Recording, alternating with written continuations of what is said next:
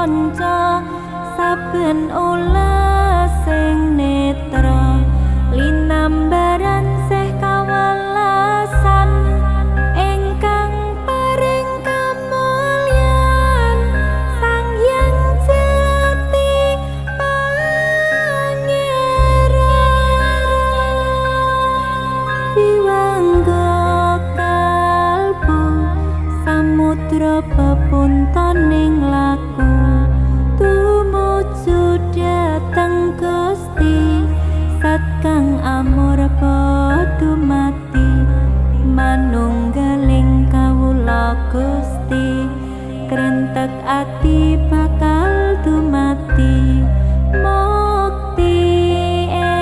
ingsun tanpa piranti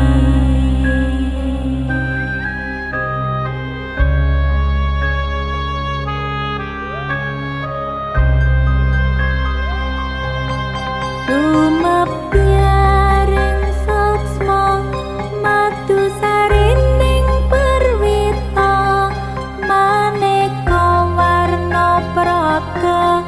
bangun praja sampurna sangkala tidak moksa kala bendunya tasirna tiasing rasa martika mugi yaden satya pusaka kalima sada yati dadi mustika sajroning jiwa raga bejo mulya waskita dikdaya bawa laksana biar manjing sigra ampoh sepah wuta tan kena iso panelo gagah bunga sumringah datar ing wayah-wayah satriya tata sembada wiratama katon sewu kartika ketaman wahyu kala seba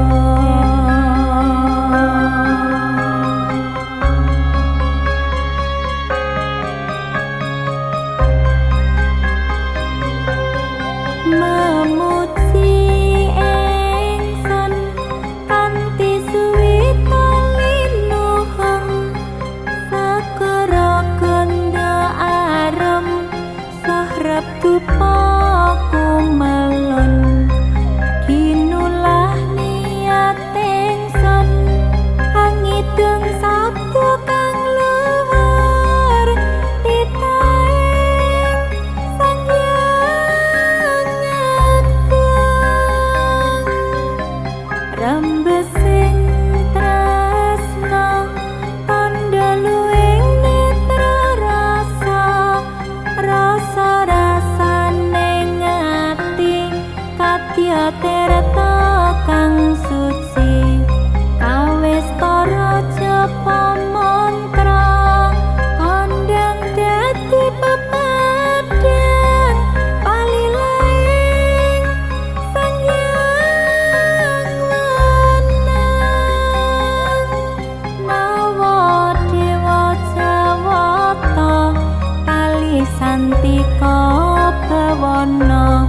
prasidha siddhikara ing sasana asmara laya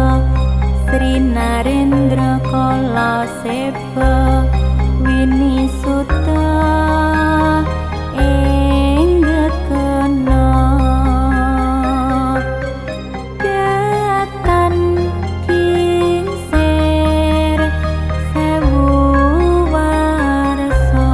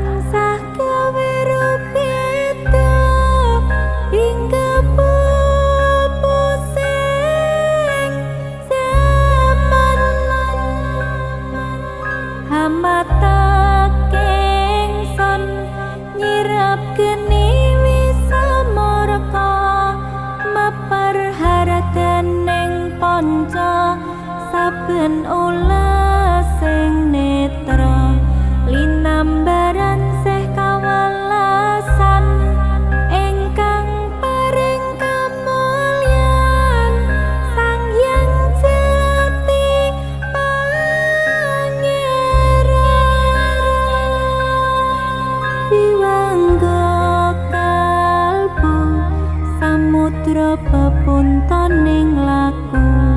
tumuju dhateng Gusti sat kang amur padha mati manunggaling kawula Gusti krentek ati bakal dumati mukti ingsun tanpa piranti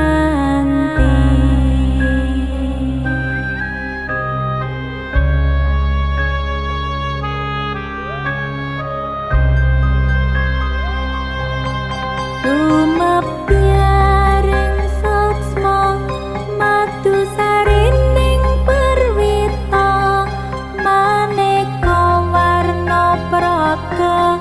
bangun praja sampurna sangkala tidak moksa